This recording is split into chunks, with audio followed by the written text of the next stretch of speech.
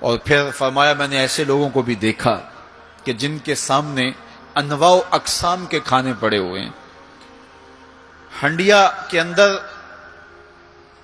اچھے تازہ اور خوشبودار ماکولات موجود ہیں، لیکن وہ ان کو نہیں لے رہے، بلکہ بدبودار سڑا ہوا گوشت کہیں پڑا ہے اور وہ اس کو اٹھا کے کھا رہے ہیں۔ تو مجھے حیرت ہوئی، تو میں نے جبریل سے پوچھا کہ یہ کون بد نصیب لوگ ہیں کہ ان کے سامنے بھنا ہوا تازہ گوشت موجود ہے، خوشبودار گوشت موجود ہے، لیکن یہ اس بدبودار اور متعفن میں ہاتھ مار رہے ہیں۔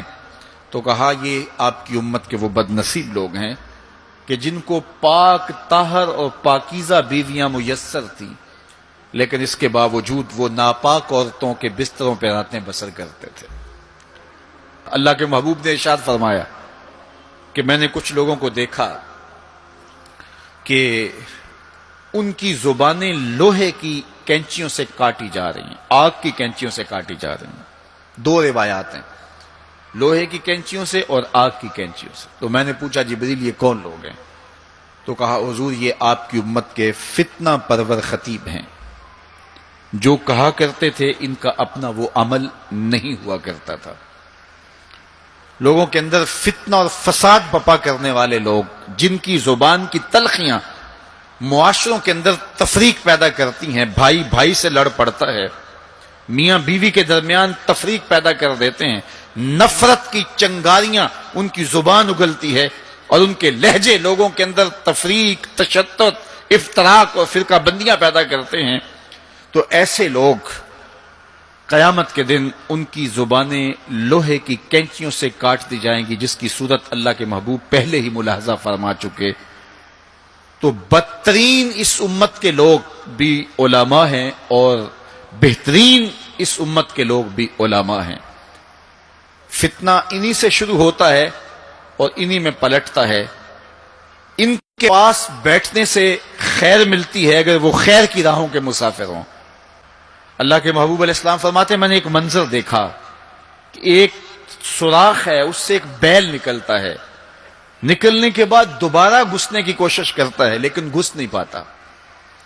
تو میں نے جبریل سے پوچھا کہ یہ کیا ماجرا ہے؟ تو جبریل نے کہا کہ حضور یہ ان لوگوں کی مثال بیان کی ہے جو زبان سے بڑا بول نکال دیتے ہیں اور پھر دوبارہ اس کو لینا چاہتے ہیں تو پھر وہ واپسی نہیں ہو سکتی۔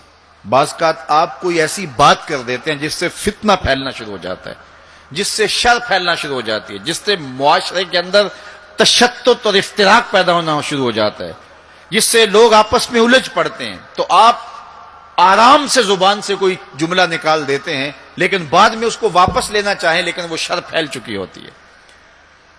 تو اسی لیے ہمارے بزرگوں نے ہمیں یہ کہا ہے کہ بولنے سے پہلے 100 مرتبہ بات کو تول لو، غور کر لو، فکر کر لو۔ کمان سے تیر نہ نکلا ہو، آپ کے پاس اختیار ہوتا ہے کہ جب چاہو اس کو پھینک لو، لیکن جب آپ کمان سے تیر چھوڑ چکے ہوں تو پھر آپ کا اختیار ختم ہو جاتا ہے۔ پھر وہ زخمی کرے، کسی کی موت کا سبب بنے یا وہ تیر ضائع چلا جائے، پھر تمہارا اختیار نہیں ہوتا۔ تو بولنے سے قبل ضرور سوچو کہ میری زبان سے نکلا ہوا کوئی جملہ اس معاشرے پر کیا اثر پیدا کرے گا۔ تو فرمایا میں نے وہاں بیل نکلتے ہوئے دیکھا اور پھر دوبارہ گھسنا چاہتا ہے تو گھس نہیں پاتا۔ تو کہا جبریل نے کہ یہ وہ بول ہے جو زبان سے نکالا جا چکا ہے، اب دوبارہ زبان میں اس کو داخل نہیں کیا جا سکتا۔ اور مختلف صورتیں حضور نے دیکھی، لوگوں کو عذابوں کے اندر مبتلا دیکھا، لوگوں کو تکلیفوں کے اندر مبتلا دیکھا، کسی کو خون کی نہر کے اندر غوطے کھاتے دیکھا، کسی کے پیٹ کے اندر سانپ دیکھے۔